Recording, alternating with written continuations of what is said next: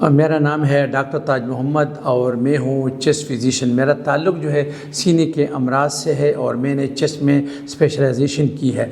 मैं काफ़ी अरसे तक जो है महकमे सेहत के से वाबस्ता डिस्ट्रिक्ट टीबी कंट्रोल ऑफिस में काम कर चुका हूँ, जहाँ पे हम टीबी के मरीज़ आते थे, चेस्ट इन्फेक्शन के मरीज़ आते थे, दमे के मरीज़ आते थे।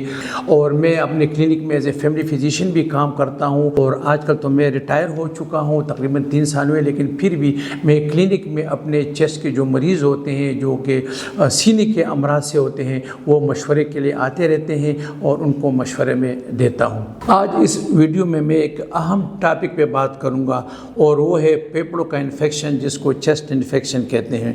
सर्दी का मौसम शुरू हो चुका है और सर्दी के मौसम में ये चेस्ट इन्फेक्शन बहुत ज़्यादा होता है।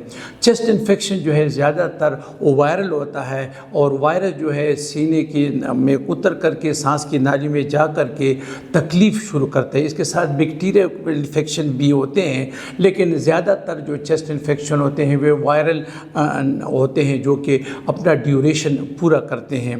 तो जो चेस्ट इन्फेक्शन किसी को हो जाए वायरस से, बैक्टीरिया से या किसी और वजह से, तो उसमें सीने के इन्फेक्शन की क्या अलामात हो सकती हैं। उनको ये होते हैं कि उनको खांसी शुरू होती है।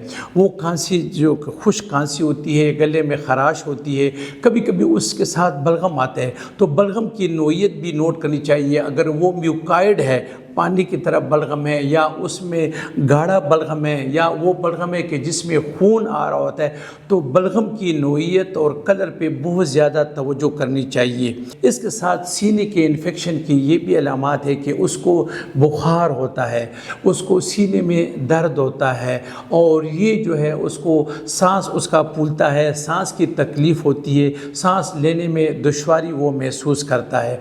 तो ये वो अलामात है जो कि चेस्ट इन्फेक्शन की अलामात है कि जिन पे नज़र रखना चाहिए और ये तकरीबन हर मरीज़ को होती है। अच्छा, अब ये छोटे बच्चों में भी होती है, लेकिन छोटे बच्चे जो हैं वो तो बयान नहीं कर सकते, लेकिन उनको सीने का इन्फेक्शन स्पेशली 2 साल से जो कम उम्र के बच्चे हैं उनको बहुत ज़्यादा ये इन्फेक्शन होता है, जिसको हम एक्यूट ब्रोंकोलाइटिस कहते हैं। तो एक्यूट ब्रोंकोलाइटिस जो होता है बच्चों में सांस की तकलीफ़ पैदा करता है, उसको सांस लेने में दुश्वारी होती है, उसके सीने से विस्लिंग की सीटों की आवाज़ आती है, उसको बुखार होता है, उसको ज़ुकाम होता है, उसकी नाक बहती है, बच्चा जो है वो रेस्टलेस होता है। तो ऐसे मरीज़ों को हॉस्पिटलाइज़ करना चाहिए या मुस्तनद चिल्ड्रन स्पेशलिस्ट से मशवरा करना चाहिए।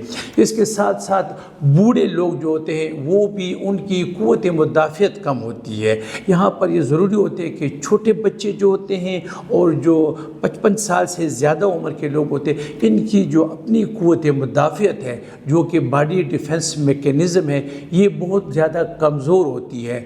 तो ऐसे लोग जो होते हैं बहुत जल्दी जो है चेस्ट इन्फेक्शन का शिकार होते हैं।